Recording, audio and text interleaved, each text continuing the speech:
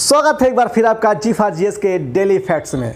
ताजमहल के बारे में आप लोग बखूबी जानते होंगे, आप लोग देखे भी होंगे, घूमे भी होंगे, लेकिन आज हम बताएंगे ताजमहल के बारे में ऐसे तथ्य जो आपके होश उड़ा देगा, जिसको आज से पहले ना आपने कभी देखा है ना कभी सुना है। तो दोस्तों, अभी तक अगर आपने चैनल को सब्सक्राइब नहीं किया है तो जल्दी से सब्सक्राइब कर लीजिए।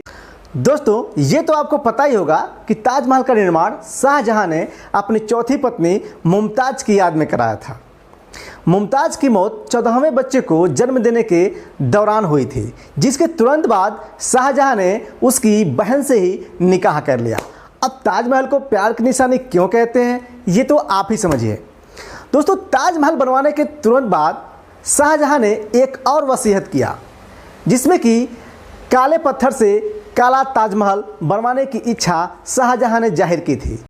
काला ताजमहल मौजूदा ताजमहल के ठीक पीछे महताब बाग में बनवाया जाना प्रस्तावित था, जिसमें कि मौत के बाद शाहजहां को भी दफनाया जाना था। लेकिन उसके पहले ही औरंगजेब ने शाहजहां को कैद कर लिया और शाही खजाने में कमी का हवाला देके इस प्रस्ताव को खारिज कर दिया। वरना आज हमारे पास दो ताजमहल होते, एक काला ताजमहल भी हमको देखने को मिलता।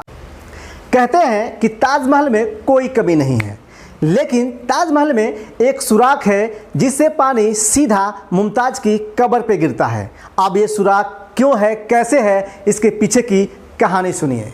दोस्तों, जब ताजमहल बन रहा था तो शाहजहां नहीं चाहता था कि दोबारा ऐसा कोई ताजमहल बने या इस ताजमहल में कोई भी कमी रहे। इसीलिए उसने कारीगरों के हाथ काटने शुरू कर दिए।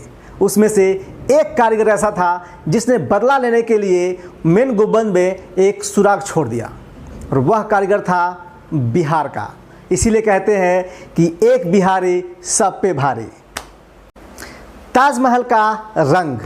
दोस्तों, आपको पता है कि ताजमहल सूर्य और चंद्रमा की रोशनी के हिसाब से चमकता है, या यूँ कहें कि सूर्य और चंद्रमा की रोशनी के हिसाब से अपना रंग बदलता रहता है। सुबह को देखने पर गुलाबी रंग, दोपहर में हल्का पीला, रात को सफ़ेद दूधिया कलर और चांदनी रात में हल्के सुनहरे रंग में दिखाई देता है। ताजमहल का इल्यूमिनेशन। दोस्तों, ताजमहल को इल्यूमिनेट क्यों नहीं करते, या यूँ कहें कि ताजमहल में रात को ज़्यादा रोशनी क्यों नहीं की जाती, जिससे कि रात को पर्यटकों के लिए भी खोला जा सके। लगभग 400 साल तक ताजमहल बिल्कुल अंधेरे में ही रहा। ताजमहल के आसपास रोशनी करना इम्पॉसिबल था। बहुत साल पहले ताजमहल के गार्डन में लाइटें लगाई गईं, जो कि उसी रात सारी लाइटें टूट गईं। अगली रात फिर लाइटें लगाई गई और फिर वही हाल हुआ, सारी लाइटें इस बार भी टूट गईं। कहते हैं कि मुमताज़ की आत्मा उस गार्डन में आराम करती है और कोई ऐसी शक्ति है जो उसकी रक्षा करती है, इसीलिए सारी लाइटें टूट जाती हैं। अभी के समय देखें तो कुछ लाइटें लगा दी गई हैं।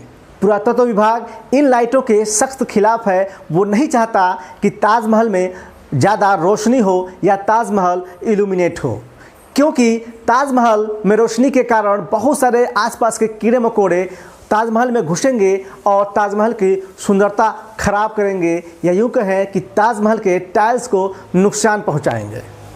तो दोस्तों, इसीलिए आज भी ज़्यादा मात्रा में लाइटिंग नहीं की जाती है ताजमहल के अंदर।